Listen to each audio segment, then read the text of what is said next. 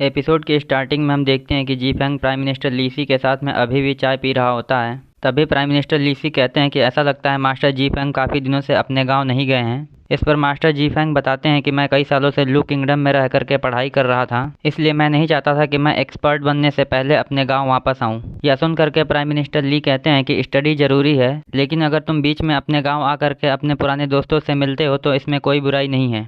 इस पर जी Fang prime minister लीसी से कहता है कि आपकी एडवाइस को मैं याद रखूंगा। जिस पर प्राइम मिनिस्टर ली कहते हैं कि मेरा मतलब तुम्हारे एक स्पेशल फ्रेंड वेई जुआंग से है। तब मास्टर जी फैंग कहते हैं, क्या वेई जुआंग? इस पर प्राइम मिनिस्टर लीसी कहते हैं कि क्या तुमने अभी हाल में उसे नहीं देखा है? तब मास्टर जी फैंग कहते हैं कि क्या वह सच में अभी शंघाई सिटी में है, क्योंकि मुझे तो इस बारे में कुछ भी पता ही नहीं था। यह सुन करके प्राइम मिनिस्टर लीसी कहते हैं, क्या तुम सच में कुछ नहीं जानते हो? इस पर मास्टर जी फैंग कहते हैं कि मैं तो किताबों में उलझा रहने वाला इंसान हूँ, इसलिए मुझे यह भी नहीं पता था कि नेट ट्रैप आपके साथ में है। यह सुन करके प्राइम मिनिस्टर लीसी कहते हैं, यह सच है, नेट ट्रैप मेरे साथ में है। इसके बाद हमारा सीन शिफ्ट होकर के घर के बाहर आ जाता है, जहाँ पर हम देखते हैं कि प्राइम मिनिस्टर लीसी जी फैंग को विदा करते हैं और जाते हुए कहते हैं कि हम लोग फिर कभी चाय पर बैठ करके बात करेंगे। यह सुन करके जी फैंग थोड़ी देर सोचने लगता है, जिसके बाद हमारा सीन शिफ्ट होकर के मास्टर बेन की मशीनरी हाउस पर आ जाता है, जहाँ पर टियांगमिंग अचानक से मास्टर बेन को डरा देता है। जिस पर मास्टर बेन पूछते हैं कि आखिर में तुम यहाँ पर क्या कर रहे हो? इस पर टियांगमिंग उनसे पूछता है कि क्या आप मशीनरी के बारे में पढ़ रहे हो? यह सुन करके मास्टर बेन कहते हैं कि आखिर में तुम क्यों पूछ रहे हो? क्या तुम फिर से मेरा काम बिगाड़ना चाहते हो? तभी टियांगमिंग हैरानी से उस मशीनरी को देखते हुए कहता है कि देखने में तो यह काफी अच्छा लग रहा है। जिस पर मास्टर बेन उसे बीच में ही कहते हैं कि यह बच्चों का खिलौना नहीं है। तब टियांगमिंग उनसे कहता है कि क्या आप मुझे इसके बारे में सिखा सकते हैं? यह सुन करके मास्टर बेन हैरानी से पूछते हैं, क्या तुम मशीनरी सीखना चाहते हो? इस पर टियांगमिंग हाँ में जवाब देता है। तब मास्टर बेन उसे हैरानी से देखने लगते हैं, जिसके बाद वह अपना बुखार चेक करते हुए कहते हैं कि कहीं मुझे बुखार तो नहीं हो गया है। इस पर टियांगमिंग हंसते हुए कहता है कि मुझे पता है आप अपने कानों पर विश्वास नहीं कर रहे हैं। इस पर मास्टर बेन टियांगमिंग का बुखार चेक करते हुए कहते हैं, कहीं ऐसा तो नहीं कि तुम्हें बुखार हो गया है? इस पर टियांगमिंग सीरियस होते हुए कहता है कि मास्टर बेन मैं सीखना चाहता हूँ। तब मास्टर बेन कहते हैं कि आखिर में हो क्या रहा है? ये अचानक से मौसम कैसे बदल गया है? इस पर टियांगमिंग मास्टर बेन से पूछता है कि आखिर में आप कर क्या रहे हैं? मैं सच में मशीनरी सीखना चाहता हूँ। जिसके बाद वह मास्टर बेन को मस्का लगाते हुए कहता है कि प्लीज मुझे सिखा दीजिए। इस पर मास्टर बेन सीरियस होते हुए कहते हैं कि नहीं, मैं नहीं सिखाऊंगा। तब टियांगमिंग कहता है, मैं सीरियस हूँ, मैं सीखना चाहता हूँ। यह सुन करके मास्टर बेन कहते हैं कि मैं भी उतना ही सीरियस हूँ, मैं नहीं सिखाऊंगा। तब टियांगमिंग उनसे गुस्से में पूछता है, आखिर में आप मुझे क्यों नहीं सिखाना चाहते? जिस पर मास्टर बेन अपना काम करते हुए कहते हैं कि मैं बिजी हूँ, इसलिए नहीं सिखा सकता। तब टियांगमिंग एकदम उनके पास आता है और कहता है, मास्टर बेन। जिस पर मास्टर बेन उससे पूछते हैं कि आखिर में तुम यहाँ पर अब क्यों हो? तब टियांगमिंग कहता है कि आप सभी लोगों ने मुझसे प्रॉमिस किया था कि आप सभी लोग मुझे सिखाएंगे, जिसमें गाओ जियानली मुझे स्वॉर्ड्समैनशिप सिखाएंगे, डाओ जी मुझे अपनी लाइटनेस स्किल सिखाएगा, सीनियर जू मुझे फोर्जिंग स्किल सिखाएंगे, वहीं मिस जीनू मुझे म्यूजिक और पेंटिंग सिखाएंगी, और लास्ट में आप मुझे मशीनरी सिखाएंगे। इस पर मास्टर बेन कहते हैं कि जहाँ तक मुझे पता है तुमने अब तक कुछ भी नहीं सीखा है, इसलिए मशीनरी तुम्हारे लिए काफ़ी हार्ड सब्जेक्ट हो जाएगा, जिस वजह से तुम्हें सबसे पहले मिस जीनू से सीखना स्टार्ट करना चाहिए। इस पर टियांगमिंग हैरान होते हुए पूछता है कि मैं तो मोइस्ट स्कूल का लीडर हूँ, लेकिन फिर भी आप चाहते हैं कि मैं म्यूजिक और पेंटिंग सीखूं। जिसके बाद वह खुद सोचने लगता है कि आखिर में वह म्यूजिक और पेंटिंग सीख करके कैसा लगेगा, जहाँ पर हम देखते हैं कि वह ख्यालों में सोचता है कि आखिर में वह कैसे डांस करेगा। जिसके बाद वह सोचता है कि यह तो बहुत अजीब है, इसलिए वह मास्टर बेन से कहता है कि मास्टर बेन क्यों ना आप मुझे पहले सिखा दें। इस पर मास्टर बेन उस पर चिल्लाते हैं कि क्या तुम्हारा हो गया? तब टियांगमिंग अपना एटीट्यूड चेंज करके कहता है कि अब मैं आपसे मोइस्ट स्कूल के लीडर की तरह बात कर रहा हूँ, इसलिए क्या आप मुझे थोड़ी सी रिस्पेक्ट दे सकते हैं? इस पर मास्टर बेन टियांगमिंग से गुस्से में कहते हैं कि लीडर क्या आपका हो गया?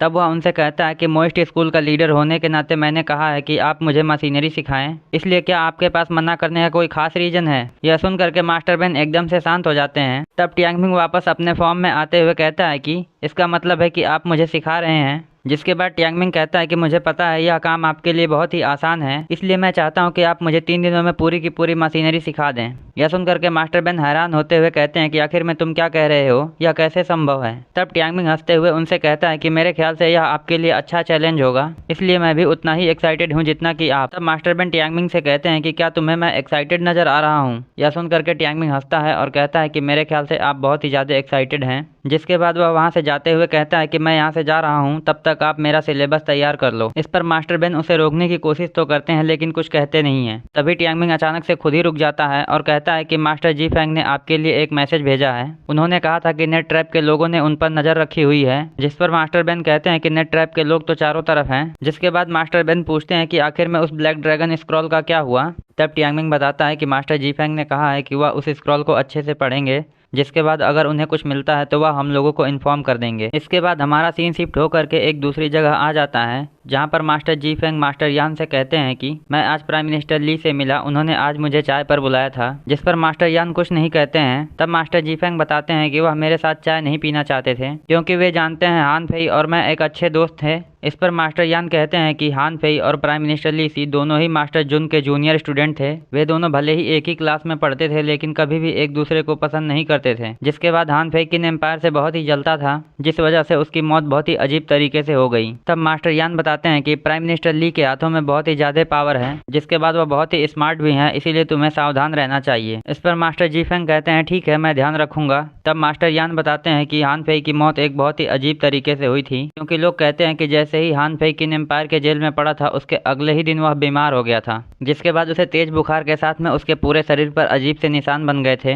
जिसके बारे में कोई भी डॉक्टर पता नहीं कर पाया था। इस पर मास्टर जी फेंग कहते हैं कि मैं ऐसे सिम्टम्स को पहले भी देख चुका हूँ। तब मास्टर यान पूछते हैं क्या सच में? इस पर मास्टर जी फेंग कहते हैं कि ये सारे सिम्टम्स किसी बीमारी के नहीं है। तब मास्टर यान उनसे पूछते हैं कि क्या ये सिम्टम्स किसी पॉइजन के हैं? यह सुनकर के मास्टर जी फेंग कहते हैं नहीं, वह पॉइजन नहीं था, वह तो एक तरह का कर्स है जिसका नाम fearsome curse of the six souls है। यह सुनकर के मास्टर यान कहते हैं कि यह तो यिन यांग स्कूल की फॉरबिडन स्किल है। जिस पर मास्टर यान कहते हैं कि अब मुझे पता चल गया है कि हान फेई आखिर में कैसे मरा था। जिसके बाद मास्टर जी फेंग कहते हैं कि जिंगयुन को जरूर इस बारे में पता होगा, क्योंकि इस समय प्राइम मिनिस्टर ली किसी चीज के बारे में इन्वेस्टिगेट कर रहे हैं। तब मास्टर यान उससे पूछते हैं कि आखिर में वह किस चीज के बारे में इन्वेस्टिगेट कर रहे हैं। इस पर मास्टर जी फेंग बताते हैं कि वह 7 मेंशंस ऑफ द अजेरा ड्रैगन की पहेली को सुलझाना चाहते हैं, जो हजारों सालों से अब तक नहीं सुलझी है। तब मास्टर यान बताते हैं कि जो भी इस पहेली को सुलझाएगा उसके पास पूरी दुनिया को डोमिनेट करने की पावर आ जाएगी, और यही कारण है कि कई सारे लोगों ने इस पहेली को सुलझाने के लिए अपनी जान तक को दांव पर लगा दिया। यह सुनकर के मास्टर जी फेंग कहते हैं कि मुझे नहीं पता कि इसकी वजह से किसी को कोई पावर मिलेगी या नहीं, लेकिन फिर भी यह जानकारी बिना किसी बेस के नहीं है, क्योंकि हान फेई ने मुझसे कहा था कि यह पहेली 7 राज्यों से जुड़ी हुई है। इस पर मास्टर यान कहते हैं कि अगर 300 साल पहले की बात करें तो ये 7 राज्य अपने आप में सुपर पावर थे,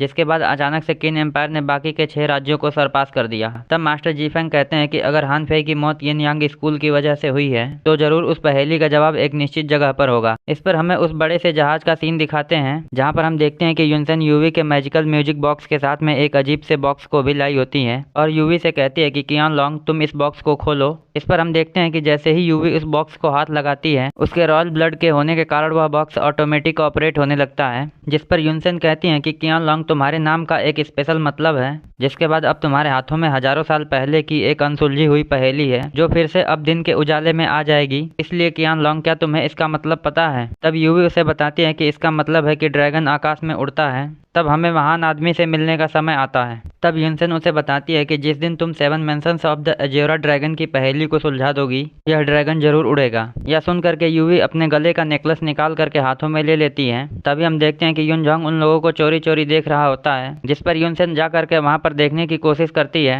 लेकिन तब तक वह वहाँ से जा चुका होता है। इस पर वह यूवी के कमरे को बंद कर देती है। तब हमारा सीन शिफ्ट होकर के फिर से टियांगमिंग पर आता है, जहाँ पर हम देखते हैं कि मास्टर बेन ने ढेर सारे स्क्रॉल्स को टियांगमिंग के सामने रखा है, जिन्हें देख करके टियांगमिंग की तबीयत अभी से टाइट हो जाती है। तब मास्टर बेन उससे पूछते हैं कि क्या तुम मशीनरी नहीं सीखना चाहते? इस पर टियांगमिंग उनसे पूछता है क्या मुझे इसके लिए इतनी सारी किताबें पढ़नी होंगी? यह सुन करके मास्टर बेन उसे बताते हैं कि यह तो मशीनरी की बेसिक्स हैं, इसलिए तुम्हें इन्हें पढ़ना ही होगा। इस पर टियांगमिंग एकदम हैरान होते हुए कहता है कि क्या मशीनरी की बेसिक्स इतनी है? तब मास्टर बेन कहते हैं कि तुम्हें क्या लगता है मशीनरी इतनी आसान है? मशीनरी को मोइस्ट स्कूल के फाउंडर ने स्टार्ट किया था, जिसके बाद इसे मोइस्ट स्कूल के लीडर्स इंप्रूव करते गए, जिस वजह से अब तक 300 सालों में 7 जनरेशंस बीत गई हैं। इस पर टियांगमिंग मास्टर बेन को देखते हुए कहता है कि तो आप चाहते हो मैं 3 सालों की स्टडी को 3 दिनों में पूरा कर लूं? यह सुन करके मास्टर बेन उसे गुस्से में देखते हैं, क्योंकि टियांगमिंग ने ही कहा होता है कि वह इन सारी चीजों को 3 दिनों में सीखना चाहता है। इसके बाद टियांगमिंग थोड़ा सा निराश होते हुए मास्टर बेन से पूछता है कि आपको क्या लगता है, क्या मैं इसे पूरा कर सकता हूँ? तब मास्टर बेन कहते हैं कि यह तो बिल्कुल ही असंभव है। जिस पर टियांगमिंग उनसे पूछता है कि फिर मुझे क्या करना चाहिए,